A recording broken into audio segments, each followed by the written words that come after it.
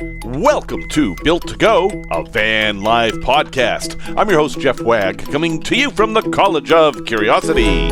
This time it's episode 265, and we're going to talk about why your rig is the best rig, and you shouldn't listen to what anybody else says about it, even me. We're also going to talk about what to do if you find a wet spot in your van, and you might not like what I'm going to say.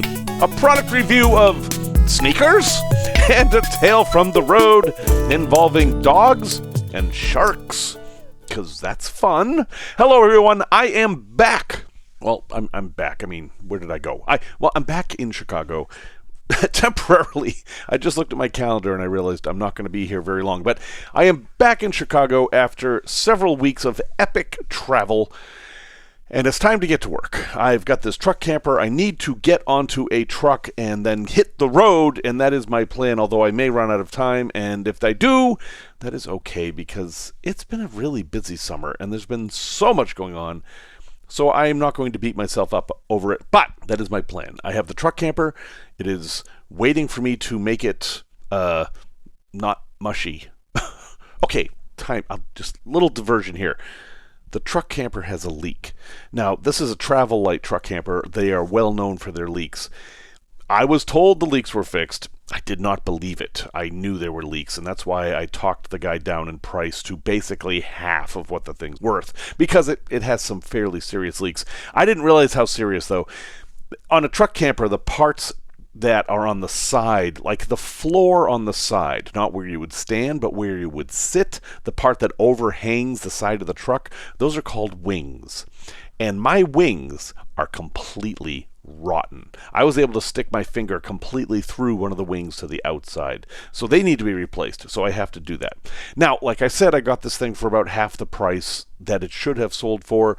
I'm not too broken up about it, but it's a lot of work. I basically have to take those off, reroute all the gas lines, and figure out how the furnace is attached to it, and then somehow move all that stuff out of the way, put up new, solid, somewhat waterproof wood, and then be done with it. But before that, I got to figure out where the leak is.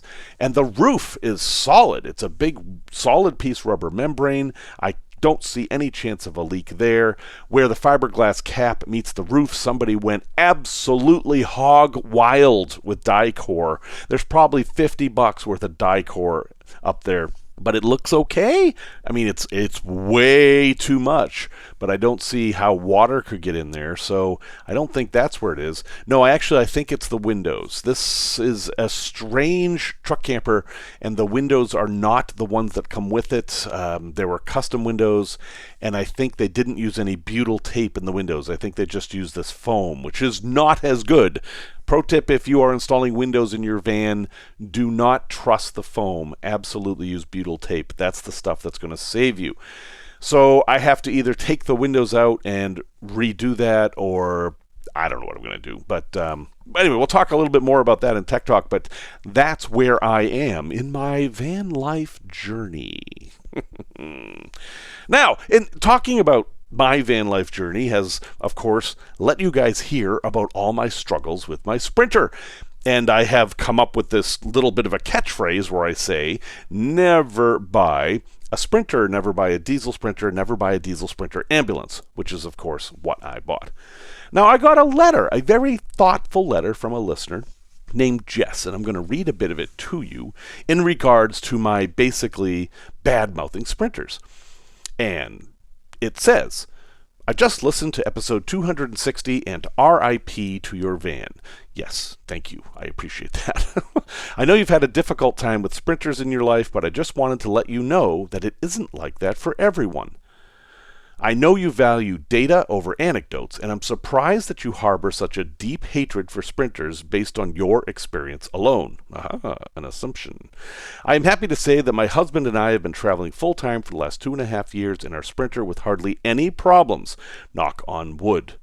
On the internet, people only share their horror stories and not all the days where nothing goes wrong. So the internet would have you believe that Sprinters are just by nature an absolute nightmare to deal with. I hope you can see that it's just not true in all cases. To be fair, we drive our rig almost every day and bought it brand new. So we have a different use case than you. And she goes on to say about how they're planning to visit St. Pierre and Miquelon up in the north of Canada, but it's actually France, and I think that's very cool.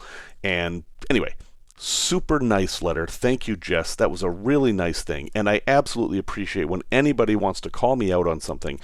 And this opens up a door for a good conversation. So, if you've been following along with all my trials and tribulations with my Sprinter, you may have come away with the opinion that Sprinters are completely to be avoided. This letter did not change my opinion on that, but there are definitely some things to talk about. First, not all Sprinters are the same. In the US, there have been basically 3 Sprinters. They were the T1N, which was the first Sprinter, the first Euro van actually to come to the US. That was between 2001 and 2006. There was the NCV3, which stood for New Concept Van 3, which is what I had, and that was between 2007 and 2018. And then there was the VS30, which was 2019 to present. So if you went out and bought a brand new Sprinter today, you would get a VS30. Those are completely different vehicles, all 3 of them. I mean, yes, they're all Sprinters, but they're so different that you can think of them as completely different vehicles. The T1N was a legendary van with a bulletproof engine. It had a 5-cylinder engine. It would turn off the 5th cylinder. It was a little bit strange. That van was amazing. Those engines would run forever. Its big flaw was rust and this thing called the Black Death. We don't have to get into that, but basically those T1Ns were amazing. Unfortunately, the newest of them now is nearly 20 years old, and that's an issue.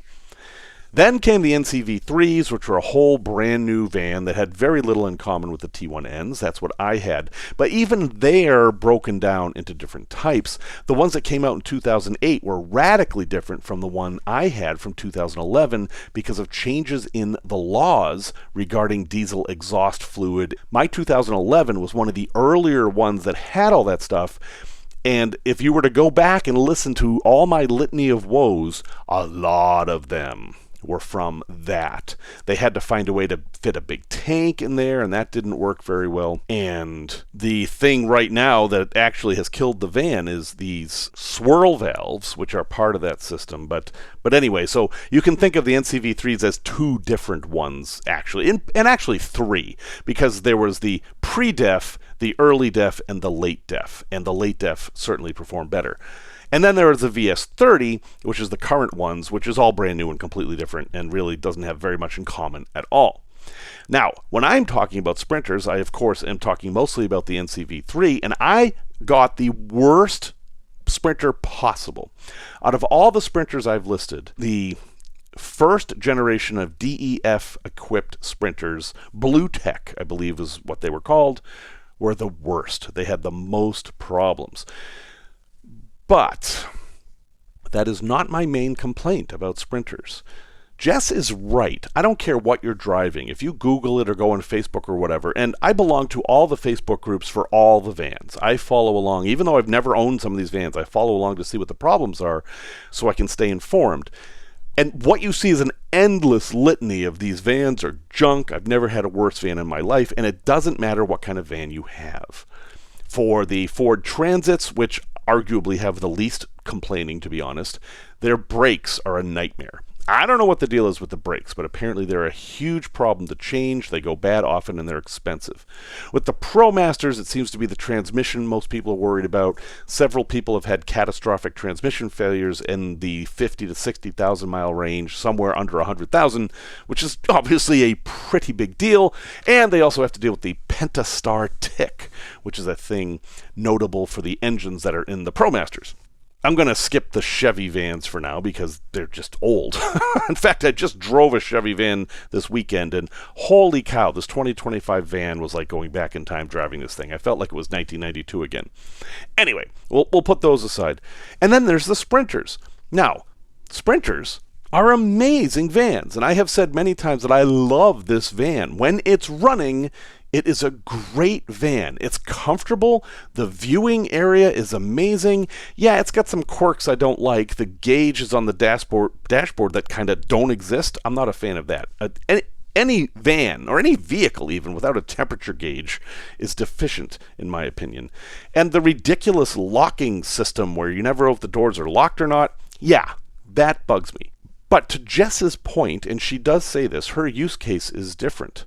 If you went out right now and bought a brand new Sprinter with a warranty, you are going to have a lovely experience in probably the most refined van that you can get. I freely admit that. My complaint about the Sprinter and why I think you should avoid it over the other vans is that you can't fix it. Unless you are a mechanic yourself or you happen to be lucky enough to be in an area where there is a mechanic who can work on it and they're reliable, you're going to find yourself eventually stuck or very, very poor. Sprinters are by far the most expensive vans to maintain. You can look up any source you would like and you will see that. But worse than that, let's say you're willing to spend the money, as I have been, you can't find anyone to work on it. And that's especially true for the older Sprinters such as mine. And in my case, in trying to deal with that problem, I found somebody local who had a Sprinter and who worked on them. And they may have contributed to my problem now. Because if you remember, I said the belt fell off of the van when it wasn't moving. I don't know how that's possible. It was a brand new belt that I had just put on in the fall. It had like 10 miles on it. And that's an exaggeration. It was probably fewer than 10. I think the guy screwed up when he put the belt on, and he replaced all the pulleys too. So I think the belts and the pulleys are incorrect. The problem is, and this illustrates exactly the problem with Sprinters. Let's say that I wanted to try to repair the van. All I really have to do is get that belt back on it, and then I can be in limp mode and drive somewhere. To get that belt back on, I have to find someone who's willing to work on it. And I can't. The closest place that is willing to work on it, and this is with like a 2-week wait, is the Mercedes dealer in Chicago who has been working on it most of the time. And I have to get it there, and it's 100 miles away, and it's not drivable. Now, I could probably use AAA to tow it all the way up there, which would be a major pain in the butt, because they have to drop the drive shaft to tow this thing. Or, I don't know. But that's what my problem is with Sprinters. If I had a Transit or a ProMaster, it wouldn't be that hard, especially if it was a gasoline engine. I'm finding it just difficult to find anyone who'll work on diesels. Now, this is, regional, of course, but heck, this region I'm talking about is most of the country. I've broken down in this van on the side of the road, stuck on the side of the road, more than any other vehicle I've ever owned. And a couple of times I've been really in trouble because I couldn't get any help. When I broke down because a turbo hose blew near the Great Sand Dune National Park in Colorado, I had to limp all the way to Colorado Springs just to get to a mailbox where I could have a part delivered and I could fix it myself. There was no one who would work on this thing and nobody who had any parts. I had to get the part from Amazon. Had I kept going to Denver, which would have taken me another 4 hours, I could have gone to a shop. But that part that I got on Amazon for like $109 was over $400 at the dealer. And the dealers won't do anything except OEM parts. So when you figure all that, that's why I don't recommend Sprinters. You will have problems with any van. You will have frustrations. Sometimes they may leave you stuck. You may have trouble finding parts. But that huge constellation of grief is really centered on Sprinters. And that's why I say that. Now, that said, if you're a person of means and you're going to go travel the country for a couple of years and you're going to buy a van brand new, outfit it, and then sell it in a few years, heck yeah, go for a Sprinter. I think you're going to have an amazing experience in the thing. I think they're wonderful. If you listen back far enough in the podcast, you remember I said I never ever want to sit in a Sprinter because I'm afraid I'll fall in love with it. And I did. And it broke my heart. Also, on top of that, I want to add that my Sprinter was special in a few ways. It was an ambulance. This is a special case. And it had been in an accident that wasn't properly repaired, and I did not pick up on that before I bought it. So my very first repair was to replace the entire radiator, because the connecting point between the radiator and the transmission oil cooler, somebody had just bodged up and it was leaking, and the only way to fix it properly was to replace everything. So, are Sprinters junk? No. Are Sprinters expensive? Yes. Are Sprinters problematic? Yes, in my opinion. Even despite Jess having a wonderful experience with hers, and again, they bought it brand new. I'm assuming it's a VS30, and that is the latest, greatest model, and it's new. And there's a whole other aspect that I haven't even mentioned. If you bought a T1N as a Freightliner or a Dodge Sprinter, or an NCV3 as a Freightliner, well, and there actually were some VS30 Freightliners, now nobody's going to work on them. Mercedes will not work on a brand that is not named Mercedes, even if it's exactly the same van. I've heard many reports of that. I also have to address one other thing that Jess said. She said that based on my experience, I'm saying that Sprinters are no good. Well, no, it's a little bit more than that. I have done a lot of research on all of these vans in the course of doing the podcast and in the course of looking for a van for myself. I'm not just looking at my one van and saying these are junk. I'm looking at the entire history of all these vans, and I actually do look at the complaints for each of these vans and see how many there are versus how many vans there are. And the reason I say that the Ford Transit in North America right now is your best option for a van is that I see the fewest complaints from them, and there are the most of them. They are the most popular van sold in the US. So that tells me folks are having a less hard time with them. And on top of that, they have the most places that you can repair them. But the big point of this, and I'm going long, that seems to be the case all the time now, don't let anyone tell you your van is junk. Your van is your van. It is you. It is the best van. And never listen to someone poo-pooing a van you have. I'm sure there are people out there who have exactly the same Sprinter I do, and it doesn't feel good to have somebody say all these bad things about them. But all of our circumstances are different. And if you're out there with a Sprinter ambulance from that year and it's working fine, that is awesome, and I keep driving that as long as you can. Drive it till the wheels fall off, because that was my plan. I really hope you don't end up in the situation I do.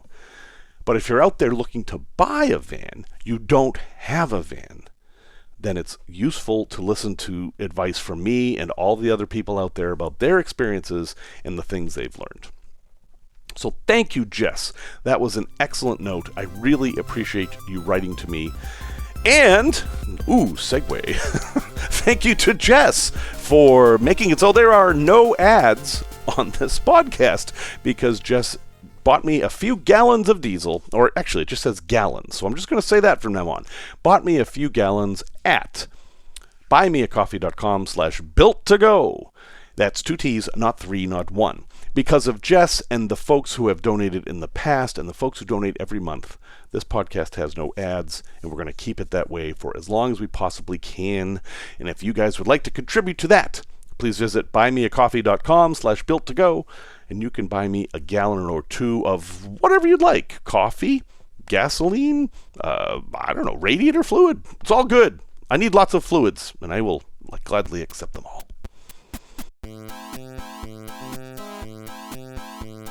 Van life news. Okay, I've got 3 pieces of news, but we're going to go through them pretty quick.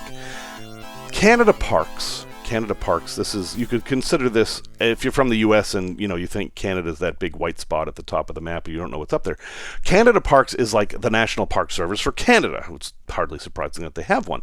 And from June 20th to September 2nd, 2025, they're offering free admission and a 25% discount on fees for camping and overnight stays. That's a great deal. This is high season, and that's when they're doing this?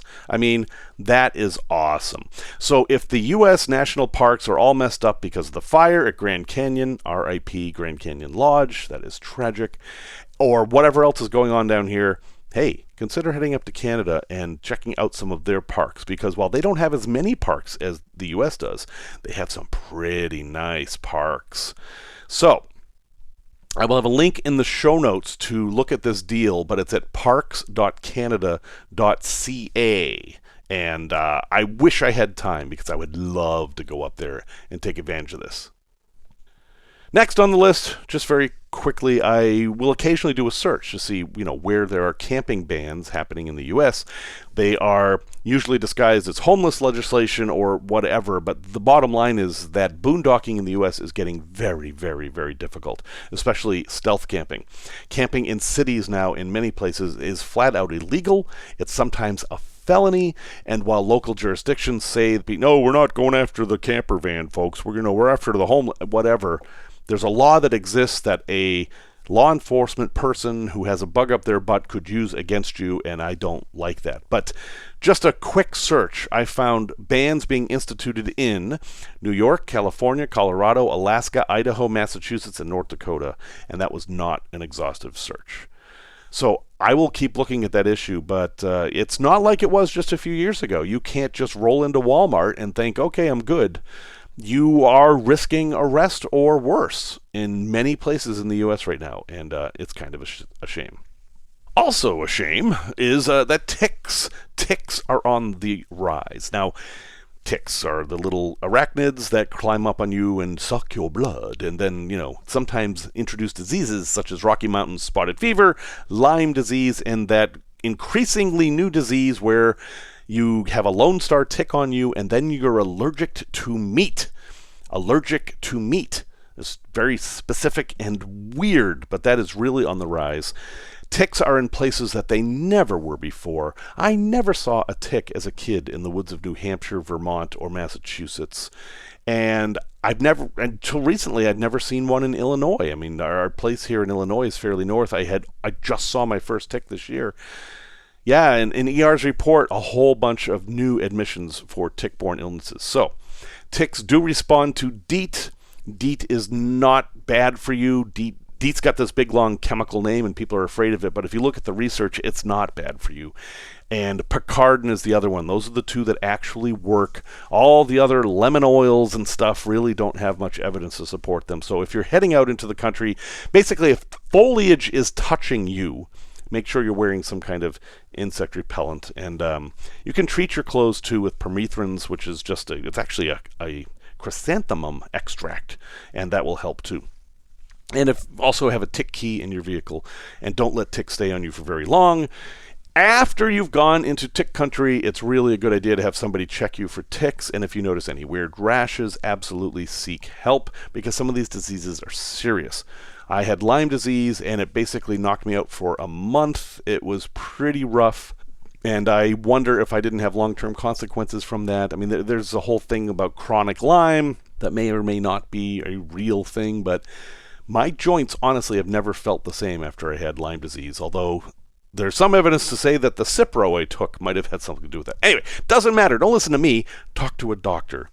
And and watch out for ticks. As the country gets warmer, the ticks go up a little bit farther north every year. Tech Talk. If you have a wet spot in your camper, like I do, so you got to drill a hole. That's the part you're not going to like. So if there's a part of your vehicle where you constantly have water, like under a window or on the ceiling or whatever, and I actually learned this from having a house renovated, that if there's a leak inside your house, this is the same thing. If you see like a water spot on your ceiling, or if you have wings on your truck camper like I do and there's water there, drill a hole. Seriously, you want to get the water out. That's the very first most important thing. And typically, anything that's been soaked has to be replaced anyway. Now, it's not quite the same if it's a metal part of your van that hasn't started rusting. You'd have to evaluate whether you want to drill a hole there or not. But if it's a soft part, if it's a wooden part that has gotten a little bit soft, you're going to have to replace it. Drill a hole and let the water out. And again, it's true for homes too. If you have a leak in your ceiling, just drill a hole and let the water drip out. That's going to cause less damage than the hole you're making, because that water will just pool up there and spread. So it's just a good bit of advice to remember, that if you have a leak in your vehicle and it's pooling somewhere and that's a damaged area, drill a hole, let it drain. That will stop the damage in that area. Then fix the leak, which is the hardest part of the whole thing, and then replace the damaged area. But drill, baby, drill. I am not afraid of drilling holes, and this is one of the cases where I think drilling makes a lot of sense. Product review. For, 2 years now, I've been wearing these Skecher sneakers. No, I am not a skateboarder. It's funny how these things start off as one thing and end up being another one. Skechers are now like the preferred shoe of old guys now, and especially the new ones because they're pop-in. And let me tell you, these things are wonderful for the kind of life you lead when you're traveling, especially in a vehicle. If you haven't tried these, go to a shoe store or whatever and try some on and give it a try. They look a little goofy at first, but you get used to it really quick. And yes, I have a link in the show notes to all the different varieties they have on Amazon, which Zappos, I think, is owned by Amazon. That's how that works. And they have men's and women's. But the concept behind these is that they're sneakers/shoes that you don't have to tie and you don't have to use your hands to put them on. And that comes in handy an awful lot when you're living in a van. You just step into them and they snap. Your heel goes in and then it snaps in like a mold around your heel, and they're secure. I just did all these trips all over these countries that I went to wearing nothing but Skechers, which is probably not advisable, but I was really tight on space, and I didn't have a problem. It was fine. They had enough support for my feet. They were comfortable. And at the end of the day, I could just kick them off. And then, and this is the part that's important, if I needed to get my shoes on in a hurry for some reason, for example, I remember one morning there was a knock on the door at like 6 a.m. I didn't know what it was, so I quickly put on some clothes and then put on my shoes in like 2 seconds because I just stepped into them and went to the door. And oh yeah, it was the breakfast room service. I had forgotten that I'd ordered. But that type of thing happens all the time in a van. I mean, it's 4 o'clock in the morning, your dog's really got to pee. It's raining out, and you're like, oh, all right. And you don't want to just open the door and let the dog out, so you're going to go out with the dog, and like, okay, hold on, and then you look for your sneakers, and then you put your one foot in, and then you tie it, and then the tongue is bent, you got to do it again, and it takes time. But with these Skecher shoes, you just foot, done. That's it, and you have comfortable, sturdy shoes. They also make boots, and a friend of mine named Matt has tried those. I have not tried them yet, and since he and I seem to have the same wardrobe, weirdly, I will probably end up with a pair of those. But for now, I can only speak to the low shoes, and they're wonderful. I really think you should just have one pair of these. It doesn't have to be all of your shoes. You can still have hiking boots, you can still have flip-flops, whatever. But having a pair of these by the door is just so very convenient that I like have a hard time tying shoes now because it's like, boy, this is a lot of work. So anyway, you wear the shoes you want, but if you're looking for comfortable shoes that go on very quickly, the Skecher pop-ins are really good. And there is a link in the show notes. Tales from the road. So we had a little adventure on Bimini. And backing up a step here, so I took a bunch of people to the Bermuda Triangle as kind of a survive the Bermuda Triangle trip. And, well, I have survived the Bermuda Triangle many, many times, as has anybody just about who has gone on a cruise from southeastern Florida, from either Port Canaveral or Miami or Fort Lauderdale, or the very few that go from West Palm Beach. Yeah, folks, you've been through the Bermuda Triangle, and guess what? You survived. And because the Bermuda Triangle is really just this made-up thing. It's just one of these things that somebody made up and has taken on this life that has been around my entire life, and it's used like as an adjective for other things, like anything. Well, I've got this Bermuda Triangle under my bed where my socks go missing or whatever. Anyway, it's all made up. Charles Berlitz, the language guy, remember Berlitz language courses? Yeah, that was him. He just made it up. to sell books. It's kind of amazing that he did such a good job of that, but he did.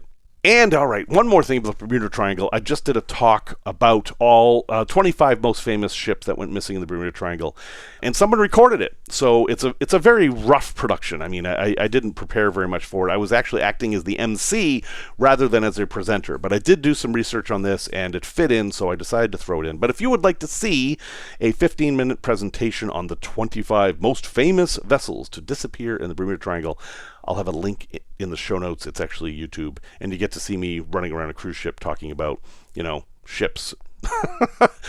Anyway, Bimini is in the Bermuda Triangle. Yeah, folks, people live in the Bermuda Triangle, and somehow they don't just disappear. I know, shocking. So we went to Bimini. This is a very small populated island in the Bahamas. Not very small by Bahamas standard, but there aren't that many people that live there. It's basically 2 islands. And there's a lab there. There's a lab that studies lemon sharks. And since the people with me were kind of sciencey, I thought, well, let's see if we can go there. And I got a hold of the lab, and we arranged to go visit. And everything was fine until we started doing the logistics, and I realized that I screwed up. We're supposed to take a water ferry from the North Island to the South Island. And I thought it was right at the end of the dock where our ship docked, but it wasn't. It was at a totally different part of the island, and we had no way to get there. So our first mission was to find a way to get the water taxi, which didn't have a schedule. It just kind of went back and forth as it felt like it. And I found a taxi guy. He took us down there. That was fine. Some of us took a golf cart. This is a very small place. And we got on the water taxi. And then I realized that where we were going, I probably could have hit with a rock. I'm pretty sure I could have swum across to this other island, but it was across a channel, and it was only $3, so I'm like, okay, fine. So we take the water taxi across. I think it took about 90 seconds. And we get to the other island, which is the island with the lab, and the lab is on the other side of the island, and we have no way to get there other than to walk. Now, I had done some research, and I saw that there was this straight line road from where we were at the taxi stop to the lab, and it was labeled Nature Trail. And I thought, okay, this is good. That's all we need. But all the locals were like, the what? The Nature Trail? You're going to walk? Are you crazy? Which was a little odd, but I'm like, yeah, we're going to walk. So we did. And it was just like it looked on the map. It was just basically a straight line right to the lab. And we start walking down, and then these dogs appear. And they're pit bulls. And they come up to us, and we're just the friendliest darn dogs you could ever want to meet. They were strays left over from a hurricane. This is a big problem down there, is that hurricanes come and residents leave and leave their pets behind. And this was like a mini pack of stray dogs, but clearly socialized with people. They were lovely until cats came around. And then it was like, it was just the classic dogs chasing cats up trees thing. We saw that 3 times.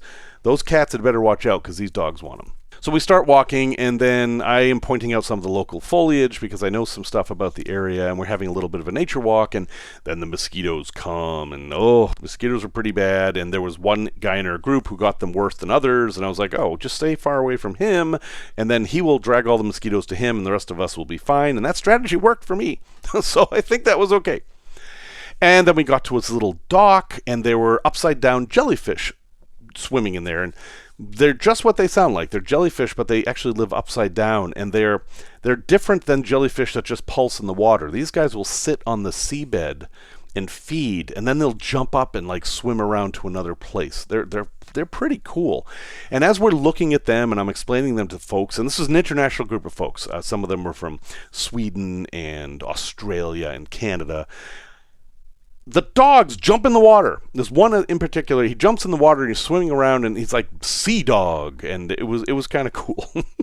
So the dog gets out, and we make our way to the lab, and we meet the people there, and it was just delightful. We met 2 young women, one from Italy and one from Australia, and they were basically dedicating their lives to studying lemon sharks and their very unusual life cycle.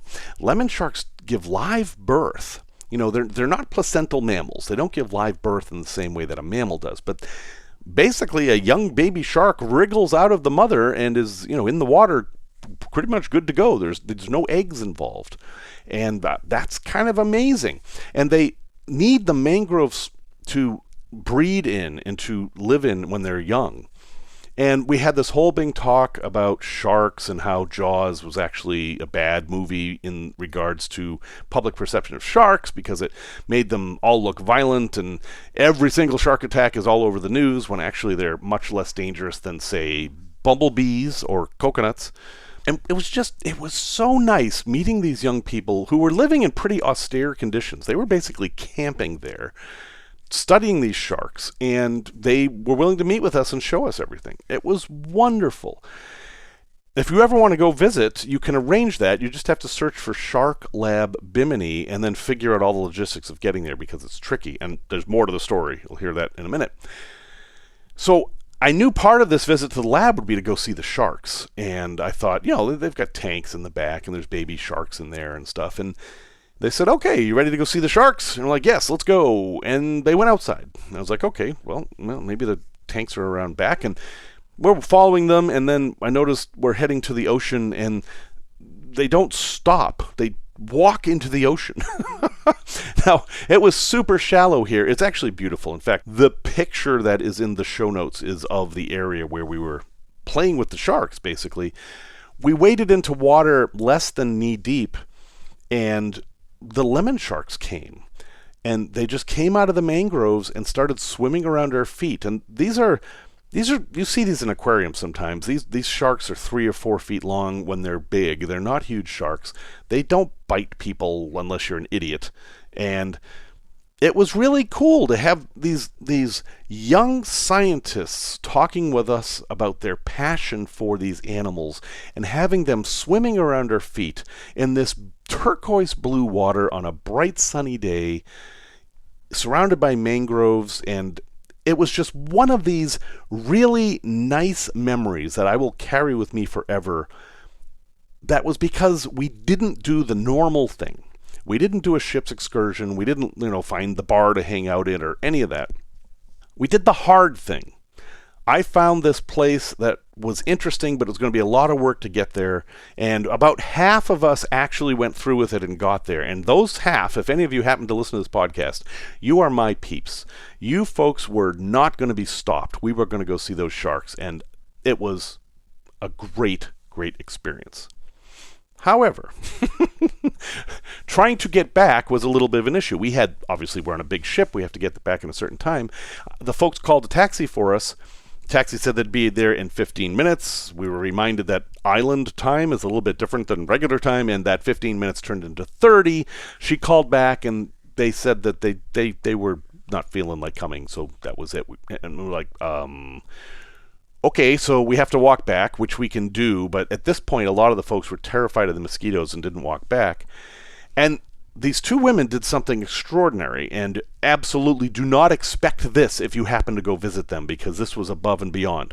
We had given them a nice donation, and that may have sparked this behavior. But she said, well, we don't really have any vehicles except, well, let me show you. and one of them says, you get the Ford, I'll get the Kubota. And one of them gets this Kubota kind of UTV kind of a vehicle. It was a big golf cart, basically, and we load some people in there. And the other one comes out from behind with this battered F-150 from like 1996 or something. And she said, this truck's seen a lot, but it still runs, and it's not registered or anything, but we'll take you. And we're like, sure. So we piled into this beat-up Ford where there's just springs for seats. And as soon as we got into it, water started pouring out of the ceiling. I don't know exactly what was going on there, but apparently there was a leak. But if there wasn't weight in it, the water just pooled up. And then when there was weight, it all just dumped. Anyway, we did not care. These 2 folks were so nice to us, and they drove us all the way to the water taxi.